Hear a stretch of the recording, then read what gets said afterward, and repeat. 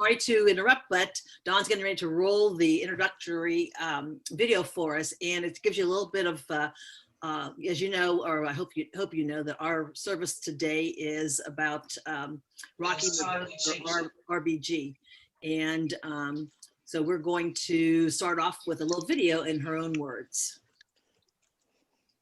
Whenever you're ready, Dawn. Finally tonight, a trailblazer for gender equality and a powerhouse on the Supreme Court. Ruth Bader Ginsburg, in her own words tonight. I do think that I was born under a very bright star. I, Ruth Bader Ginsburg, do solemnly swear that I will support and defend the Constitution of the United States. I am a Brooklynite, born and bred. I love my job. It's the best and the hardest job that I have ever had. It has kept me going through 4 cancer bouts. I have to read this set of briefs, go over the draft opinion, and so I have to somehow surmount whatever is going on in my body. Because I'm a public figure, I could help make things a little better for people who are in my situation. Fight for the things that you care about, but do it in a way that will lead others to join you. If you want to be a true professional, you will do something outside yourself, something to make life a little better for people less fortunate than you. A meaningful life is one lives not just for oneself, but for one's community. Hi everyone, George Stephanopoulos here. Thanks for checking out the ABC News.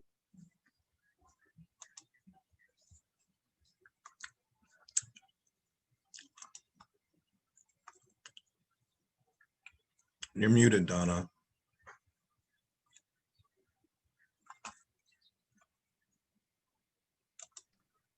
All right, sorry about that. Okay, so good morning and welcome to the Unitarian Universalist Fellowship of Laguna Beach. My name is Donna MCCartney and I'm honored to be your worship associate today. The title of our service is Rock the Vote for RBG. Barack Obama said, "There's no such thing as a vote that does not matter." Right now, our country's in the process of voting what our future will be. Will it be one that would make Ruth Bader Ginsburg smile if she still walked among us? Time will tell. The clip you saw this morning was the thoughts of our recently passed and much beloved Notorious RBG. We will see another more detailed video about her life's work and ponder why rocking the vote for RBG is so important this year. It's time to light our chalice. In each heart lives a flame of truth, bringing warmth and light, hope and inspiration to the human journey. Lighting our chalice on Sunday mornings is a reminder of that inner flame and of the need to nourish it and to share it with one another. We're gathering this morning as people of faith with joys and sorrows, gifts and needs. We light our chalice as a beacon of hope in these unsettling pandemic times. Light yours at home as well as you choose to, and I'm going to light mine.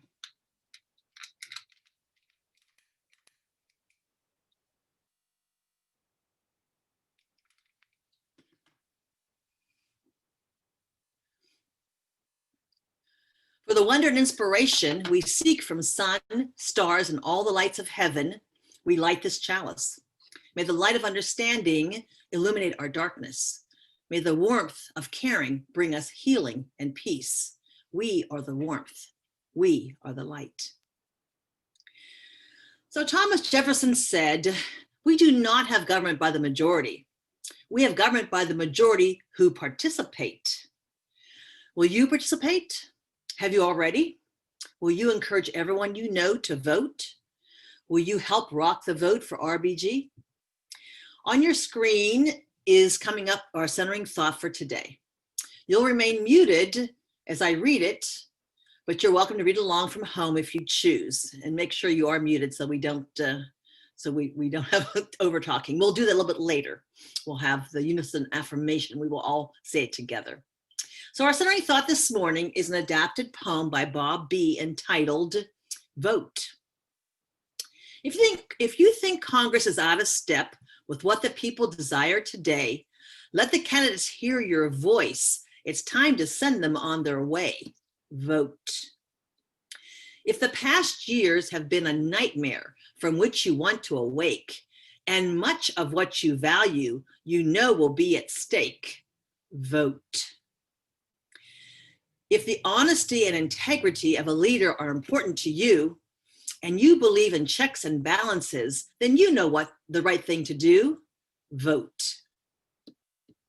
If you think our leaders have been leading us down the rabbit hole and conflicts of interest and corruption have gotten out of control, vote. If you want an America that has both jobs and heart, where the leader's rhetoric doesn't tear the country apart, vote. I surely would not be in this room So we are today. delighted to, oops, technical difficulties here. We are delighted to have our music director, Carole, singing and playing the piano for us this morning, as she usually does on Sunday mornings.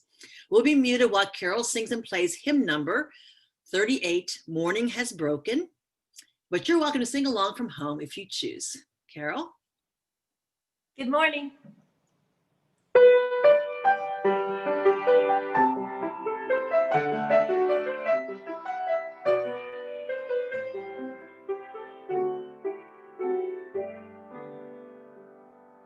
Morning has broken like the first morning. Blackbird has spoken like the first word. Praise for the singing, praise for the morning, praise for the spring, fresh from the word.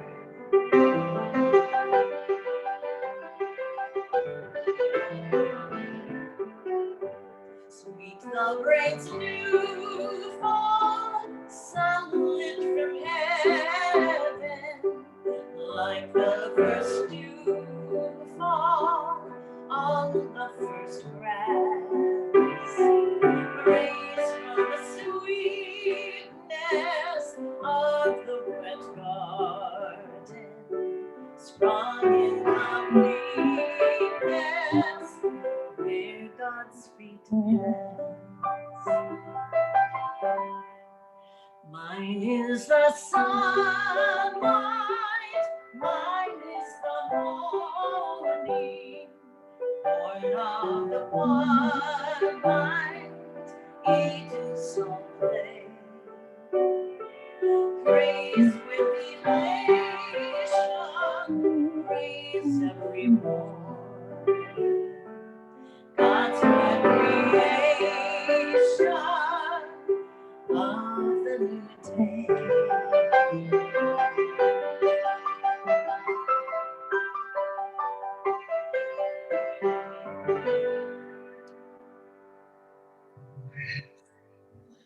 Thank you very much, Carole. It's beautiful. I forgot to tell you that Pam Floodman is wonderfully adding the lyrics to the chat. If you want to sing along with Carole, so that click on the chat along the bottom, it'll pop up your screen, little chat screen, and then you can pull it over to the side so that you can still see Carole on the piano play and read the words to sing along if you like. So thank you so much, Pam, for doing that for us. Nanette L. Avery said, "Talk is cheap, voting is free. Take it to the polls." There's a short affirmation that I invite you to read aloud at home with me. So now, everyone, if you please unmute yourself, we will be able to hear each other as we read together. So it may sound a bit disjointed, and there's a picture of Ruth when she was little, and she cute. It may sound a bit disjointed as we read together, but it's really lovely to hear each other's voices as we read together. It reminds me of the times we were together in the fellowship, and it puts a smile on my face. The affirmation is now on the screen, and let's read it together. Love Love is the spirit of this congregation, and service is its law. This is our great covenant. altogether, To dwell together in peace, truth, and love. seek the truth in love, love. and to help each other. One another. That sounds great to me, even though it's just a little scattered. It sounds beautiful. Thank you. So Unitarian Universalists accept you for who and what you are. We're a welcoming congregation with membership open to all. We subscribe to no single religious creed, but have gathered a set of principles that guide us as we build religious community together. Our minister is Reverend Lee Marie Sanchez, and she's with us today. Thanks for joining us as always, Lee Marie. I know you do when you can. She was telling us this morning that she's a service junkie, so we're glad you're with us so much of the time. So it's now time, if you are so moved, to briefly share a joy or a sorrow. Ours is a sharing community where our joys are amplified, and a caring community where our sorrows are lessened. This is not a time for announcements, but rather a moment to express something you have in your heart. If you have something to share, please raise your hand and we'll call on you when it's your turn. And when you make sure you're unmuted before you start speaking, of course, that's always something. Did we get everybody? Okay, Hold on. Oh, Jonathan, go ahead. Yeah, hi. Everybody, and so let's move on then. And thank you all for sharing. I know some of you have private joys and sorrows that you did not want to share, but know that we are holding your joys and sorrows in our hearts, as well as the folks who were able to share today. Thank you. Sharon Salzberg said, voting is the expression of our commitment to ourselves, one another, our country, and the world. Right now, let's commit to keeping our UUFLB strong during this pandemic. Can you help us? Remember that the mission of our congregation goes on even though we're not together. The costs that go with it and that mission continue even though we cannot pass our offertory basket around on Sunday mornings. So you're now seeing the screen that shows you how you can contribute to help keep our mission for world peace and social justice. Please give generously and with love. You should also know that the links to both the Tithely site and PayPal are in the email that was sent to you to let you know about this service. So it's easy to click on the link and set it up. So now it's time for meditation. And afterwards, Carole will play and sing for us again. She'll be singing hymn number 1017, Building a New Way, which turns out to be a favorite song of mine. I didn't realize last month when it was my turn to do a service, I picked that song that time too. So we're going to do it again. And actually, Carole helped us change the lyrics a little bit, so it was kind of appropriate for today. So thank you, Carole, and everyone else who helped with that, Pam and Don. Okay, so let's now get ready to meditate. If you want to join us, you can close your eyes, relax in your chair, put your feet flat on the floor, shoulders back, hands and arms relaxed. Take a deep breath in through your nose and out through your mouth. Take another deep breath in through your nose and out through your mouth. Follow the movement of your breath.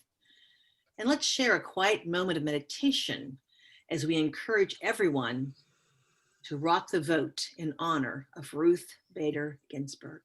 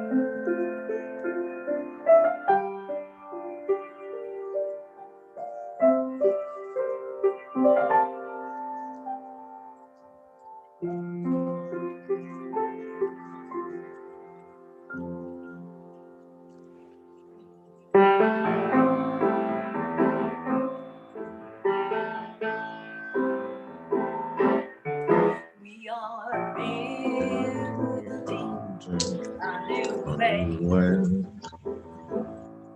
We are building a new way. We are building a new way. Feeling stronger every day. We are building a new way. Peace and freedom is our pride. Peace and freedom is our pride. Peace and freedom is our pride. Without peace, our world will die. Peace and freedom is our pride. We are voting to be free. We are voting To be free. We are voting to be free. It's up to you and me. We are voting To be free. We are voting to be free. It's up to you and me.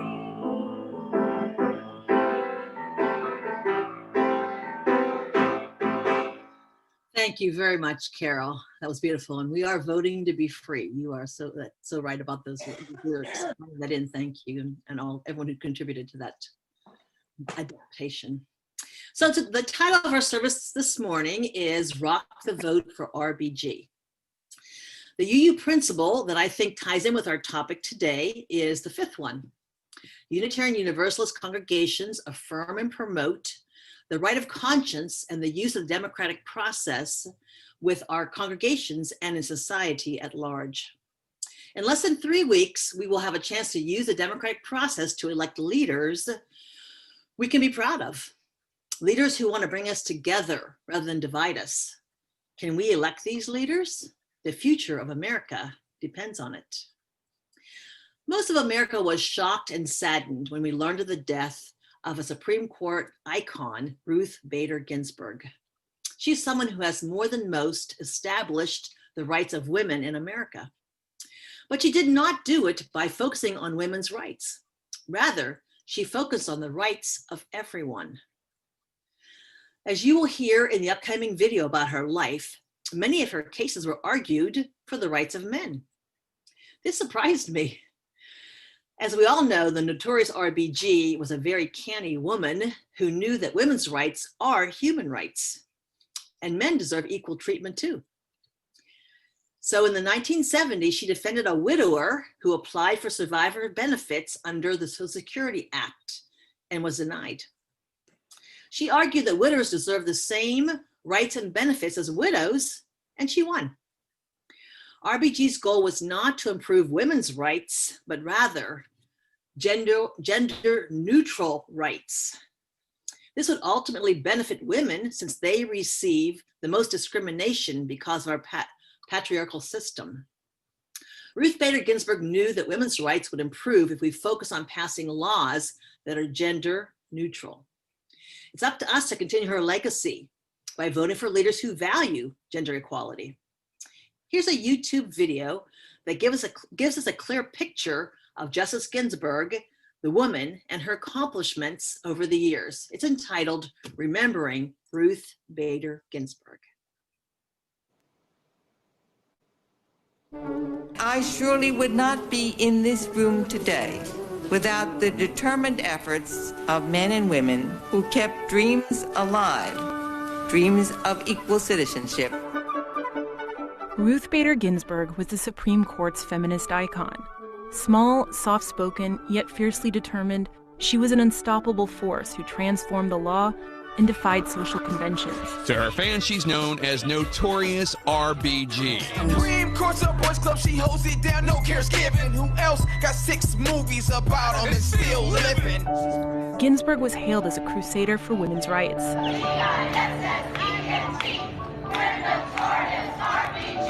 But her legal legacy was even more sweeping.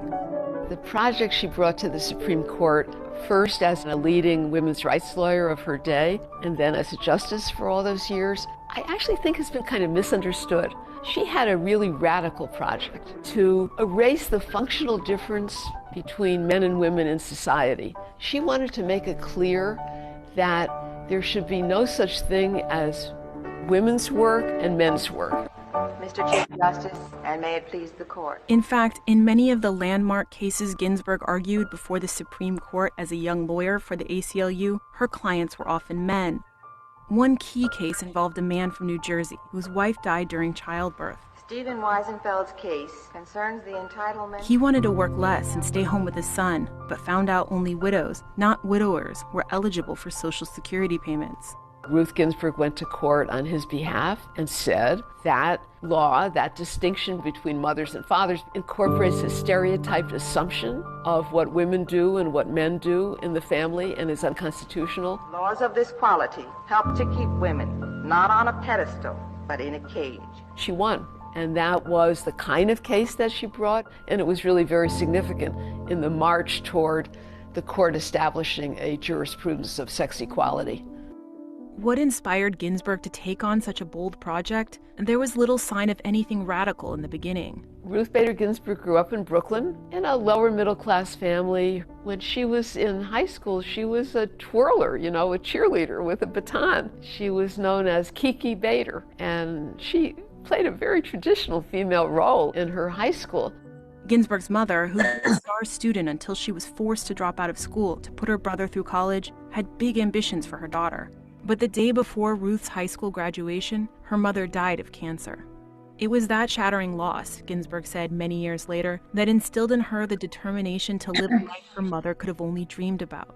I pray that I may be all that she would have been had she lived in an age when women could aspire and achieve, and daughters are cherished as much as sons.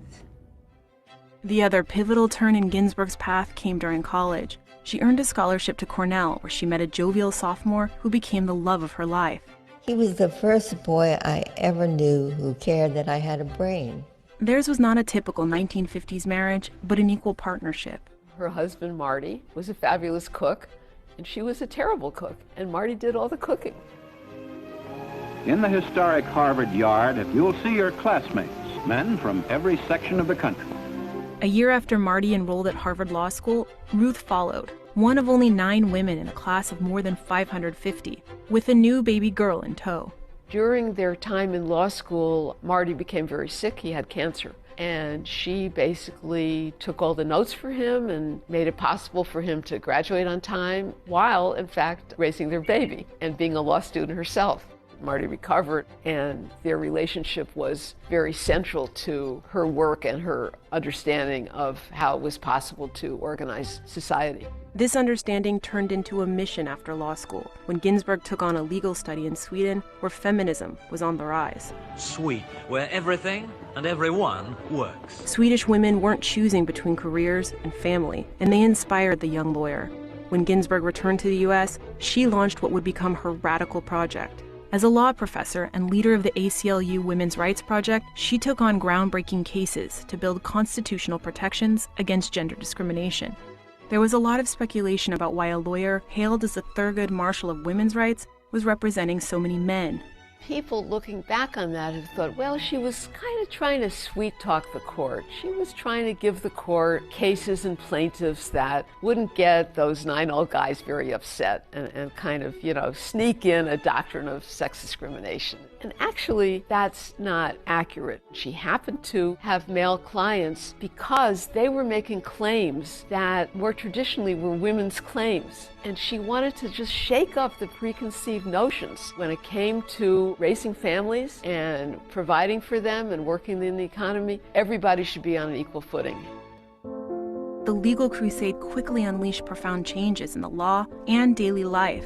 But Ginsburg's own rise to the federal bench took decades, and a lot of lobbying by her husband, a prominent tax attorney with key old boys club connections. After getting passed over 3 times, President Carter nominated Ginsburg to be a federal judge in 1980. The framers had in mind as the way to protect individual rights and liberty. People were surprised that the ACLU activist turned out to be a very moderate judge, a centrist who often sided with conservatives, praised judicial restraint, and slammed Roe v. Wade for going too far, too fast. I am proud to nominate for Associate Justice of the Supreme Court, Judge Ruth Bader Ginsburg. Some feminist leaders were concerned when President Clinton tapped Ginsburg for the High Court. She will be able to be a force for consensus building on the Supreme Court. But Justice Ginsburg quickly pleased supporters and skeptics alike, with her opinions in landmark cases like the Virginia Military Academy. May it please the Court. VMI, the Virginia Military Institute, was established by the Commonwealth of Virginia in 1839. VMI was an age-old military academy run by the state of Virginia. It was men only.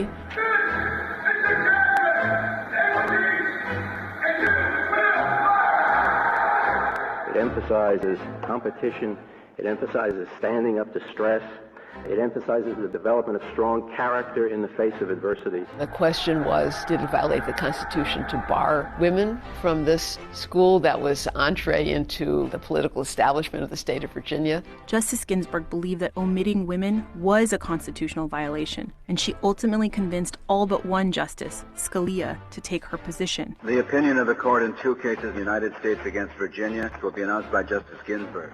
State actors may not close entrance gates based on fixed notions concerning the roles and abilities of males and females. So women will now be walking on the campus at the Virginia Military Institute. I think she would say it was the case she was happiest about in her tenure on the court. VMI superintendent promises that female cadets will be treated the same as male cadets. She used an analysis that increased the level of scrutiny that courts in the future have to give to claims of sex discrimination. I think she found that an extremely satisfying outcome. Ginsburg's opinions helped solidify the constitutional protections she'd fought so hard to establish decades earlier. And her grit helped keep her on the bench through colon cancer, pancreatic cancer, and the death of her beloved partner. Justice Ginsburg, even though her husband died yesterday after a battle with cancer, was on the bench. Ginsburg battled on through it all, unrelentingly tough, but still a consensus builder.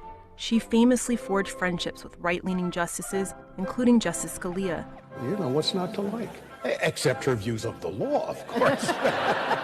Their shared love for opera actually inspired a composer to write a new one about them. We are different.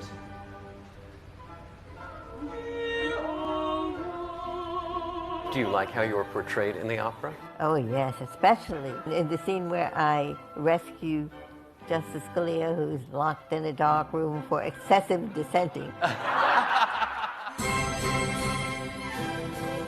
But in her later years, as the court moved to the right, Ginsburg grew bolder in her dissents. She was not in a position to control the outcome of events, but she was in a position to stake her claim for what the outcome should have been, and she was very strategic and very powerful in using that opportunity.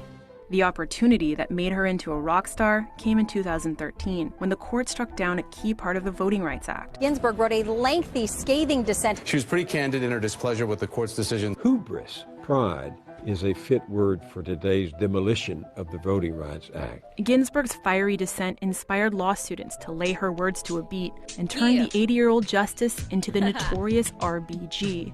Now I'm in the limelight because I decide right. Quarters move right, but my dissents get sights. Suddenly, Ginsburg went viral. Children's books to bumper stickers, Halloween costumes to a Hollywood biopic. What did you say your name was? Ruth Bader Ginsburg. Even her fitness trainer was a sensation. Justice is blind, but you know man meat when you see it. When asked about retirement plans, Ginsburg balked. There was a senator who announced with great glee that I was going to be dead within 6 months. That senator, whose name I've forgotten, is now himself dead. Ginsburg's stardom only grew after she criticized then-candidate Donald Trump during the 2016 presidential race. Ginsburg said, "I can't imagine what the country would be with Donald Trump as our president." Ginsburg apologized for her remarks, But instead of retreating, she was emboldened. As a great man once said that the true symbol of the United States is not the bald eagle, it is the pendulum. And when the pendulum swings too far in one direction, it will go back. Notorious RBG became a badge of the Trump resistance, and keeping her on the bench became part of the cause. Health scare for Supreme Court Justice Ruth Bader Ginsburg. News tonight about the health scare for Supreme Court Justice Ruth Bader Ginsburg, she was hospitalized. And those ribs you busted? Almost repaired. After all the spills, surgeries, and bouts with cancer, what was it that kept her going?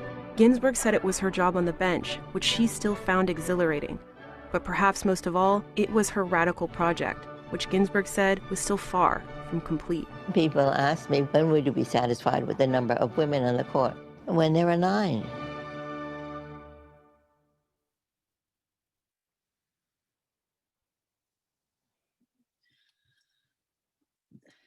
What a remarkable woman.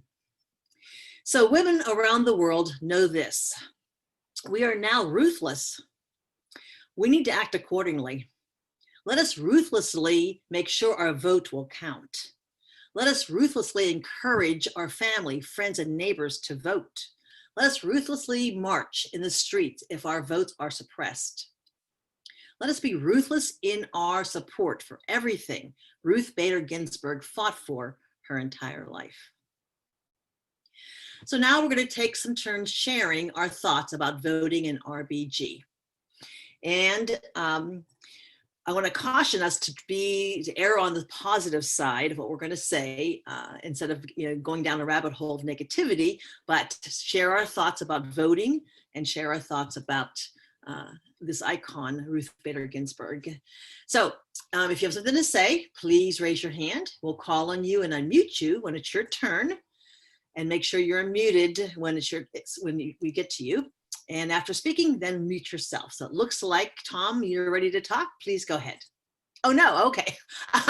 Your picture came up on my screen, so I thought you were. So raise your hand, and Dawn will put the spotlight on you and unmute you. Go ahead, Rachel. You're muted, Rachel. I just wanted to say, Donna, it's a really good choice. Because as we get discouraged, even with the voting and the shenanigans and, Russia, everything else, but the choice of film that you had, and to have Ruth Bader Ginsburg say yes about the pendulum. And if we're out there and we're voting and we're, we have so many here in the UU. And I'm sorry, I got real emotional watching that, but it was so inspiring. And I know that Lee Marie's been sending out postcards. Carolyn's been writing letters. I've been writing letters that go off to the different states. And, we are going to have an effect. And so I just wanted to thank you for your choice of subject today and that film clip. Yeah, thank you. Yes, she's so inspiring. And thank you for sharing your thoughts. I think a lot of us are right there with you. Okay, and so anyone else want to share? Carolyn, Carolyn, it looks like Carolyn has her hand up. Oh, but you're muted, Carolyn. There, you can hear me now? Yes. Okay. This weekend, my daughter-in-law from Denver, Colorado, visited me. And she's the daughter of my brother. And from the very Republican side of it, is a Republican, and I decided to ask her why. And she was surprised that I was even interested. And I listened to her, and I didn't always agree with everything, but there were a couple of things that we agreed on. And I felt good afterwards that we had this conversation, and I was able to communicate with her and not just keep everything in and pretend that she wasn't who she was.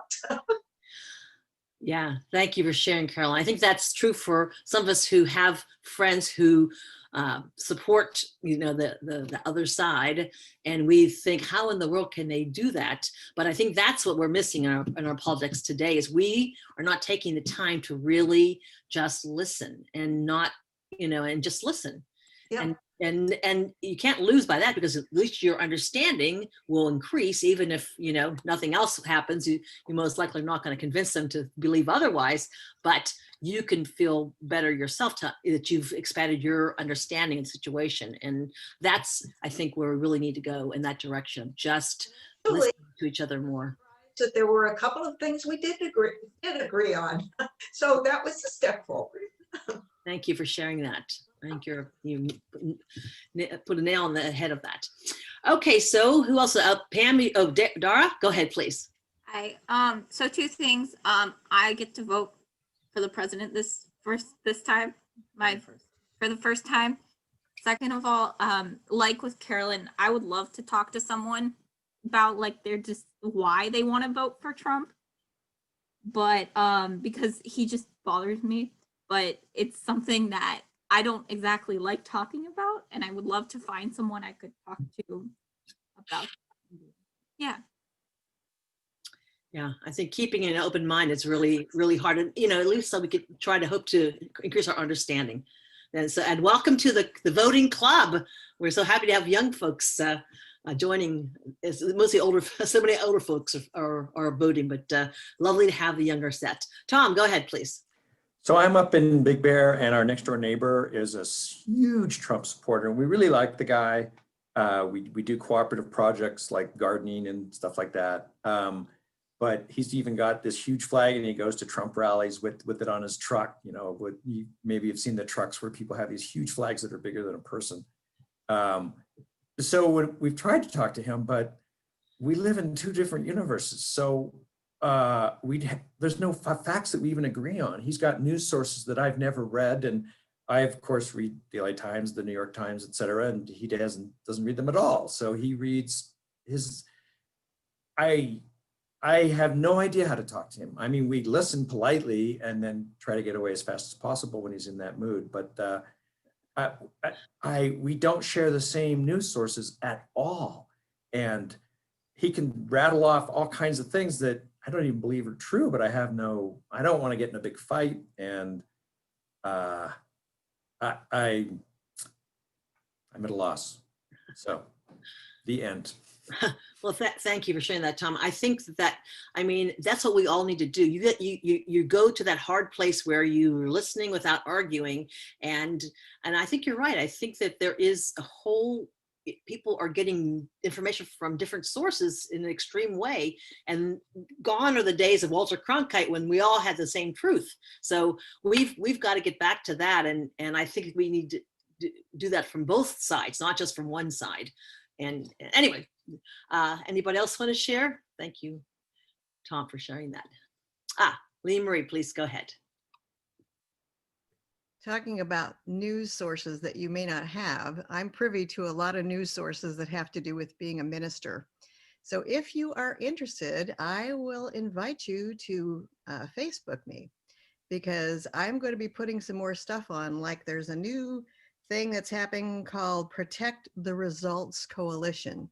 There are 190 events already. I'm sure there's going to be hundreds more. So if you're interested in learning about that or participating in that, become my Facebook friend and check it out. Thanks. Thank you, Lee Marie. Great. Hi. Jim, did you want to talk? No, me. Oh, I'm sorry. I don't see who. Go ahead. I'm sorry. Go ahead, please. I have two sort of family members that make me want to bang their heads against a wall, but I stay polite. I do not name call anyone other than Senator McTurtle and President Temper Twitter. Everybody else, I'm polite. And I'll put something on that makes sense and is correct grammatically, and it's not calling any group any names. And their responses, the one who never graduated from high school, he tries to give proper responses with cites and stuff. He doesn't believe his cites are ridiculous, but that's, matter of opinion. The other one, he laughs at everything, even really sad things. And his responses never have anything addressing what the post was. His responses are basically calling me names, like libtard and stuff. I have no respect for that man anymore. I don't cut him off because he's someone I care about, his husband, but I lost all respect for him because of the types of things he responds with, not his posts themselves. Thank you, Teresa, for sharing that. That it is really hard to maintain friendships when you have that kind of situation happening. So, okay, so Catherine, did you want to share? Okay, yeah. Please. So what I wanted to say is just, I went to college and my parents were really, really, really left-wing Democrat, esoteric hippies. And when I came back from my first semester of college, there was really right-wing propaganda all over the house. And I wasn't sure what to do with that. In both of my houses, it was super weird. And so the last 10 or 15 years has been me learning how to peacefully interact with them, because I certainly want good relationships with my parents. And what I have found is that there is a strong difference between entering a conversation with the intent to try to change the other person's mind and the intent to connect with the other person. And I think if we're really looking to love and learn from each other, our right to vote and our responsibility to vote is about taking action for what we believe. But if we want to connect with each other, what I've found works is going in and staying as general as possible and saying what matters to you. And anytime it starts to get into specifics, backing away from names and people and what so-and-so has done, and just saying what matters to you in the world. What issue, like what do you care about? What do you believe is good? And if you can lean into that and get to the heart of the concepts and the topics that matter to people, then you can almost always find common ground, because people do care like more than we believe. And when we got caught up into what everybody that we've never met is doing, there's no way for us to connect. We don't have the original source. We weren't there. So if we want to connect with the people near us, that's what I've found is functional in political conversations with people I love. And of course, I will be going out to vote. Thank you for sharing that, Catherine. I think that's really a lesson for all of us to think about, is just listen and try to understand and see what it is that's really important to them, because you're in love with them as a family member or a friend or whatever for a reason, and so you have to understand what it is from their point of view rather than looking and seeing what their actions are that you disagree with. Okay, anybody else want to share before we close things out here? Looks like we've got just about everybody. Oh, Peggy, go ahead. Hi, everybody. I just added to the chat a link to an article by David Brooks, who usually writes for the New York Times, but this is for the Atlantic, and it's a quite a long essay. It's very dark. It's not an easy read, but I just think it's crucially important for understanding how we got here. I just haven't seen anybody write quite like this about it. I've seen a few scientific researchers talk about how different our wiring can be, that some of those differences determine whether we're going to be more likely to become Republicans or Democrats. Usually has to do with ability in the area of empathy. This is about trust and how long this has been coming, that we've lost trust in our institutions and our country, and we've lost trust in each other. And that is a big part of what's making it so difficult to talk to each other. So I put the link in there, and I encourage everyone to read it and then go take a nice long walk or do some meditation or something where you can get your mood back up. But I think a lot of people are worried that even if, let me say, when Biden is elected, that we're not going to turn this around overnight. And again, I think this article will help us understand why that path is going to be a little longer. And he doesn't offer solutions exactly, but I think having this foundation of understanding about what has happened to trust is really, really crucial to the situation that we have have found ourselves in. It didn't just happen with Trump, and it didn't just happen overnight. And so I've got it there for you to share. Thank you, Peggy, for sharing that. I love David Brooks' work as well, and I recommend it to anyone who wants to read about it because he's a conservative. He's not on the opposite side of where I am politically, but he is such an amazing writer and thinker. Okay, so is anyone else? Do we get everybody that wanted to share? Okay, then I think it's time for us to extinguish our chalice. Those of you at home, you can extinguish your chalice too if you choose to. We extinguish this flame, knowing that its light remains in the warmth and compassion of our hearts until we are together again. Susan B. Anthony said, "Someone struggled for your right to vote. Use it." Let's all meet the challenge of rocking the vote for RBG. Vote early like I did, and I know many of you did too. Encourage others to vote. Help get your neighbors, friends, and family to the polls, no matter what side, what they believe. Voting is the essential thing, not which side you're on. Vote as if your life depends on it, because it does. So go in peace. Namaste.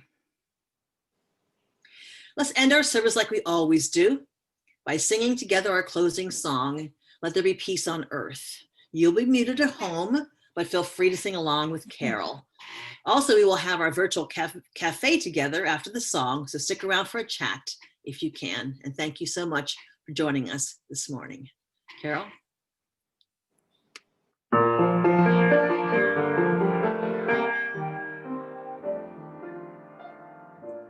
Let there be peace on earth, and let it begin with me. Let there be peace on earth, let there be peace to be.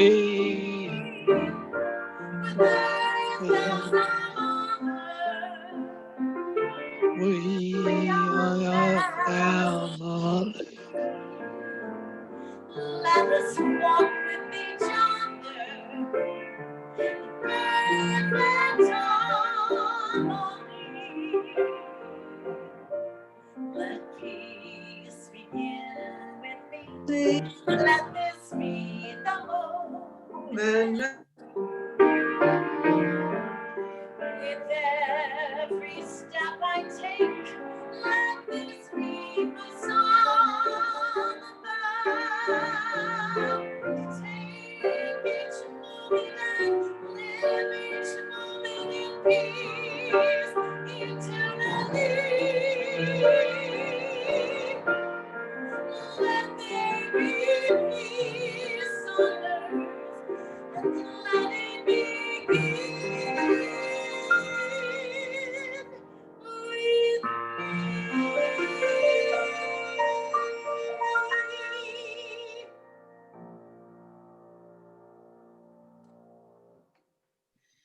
Thank you very much, Carole.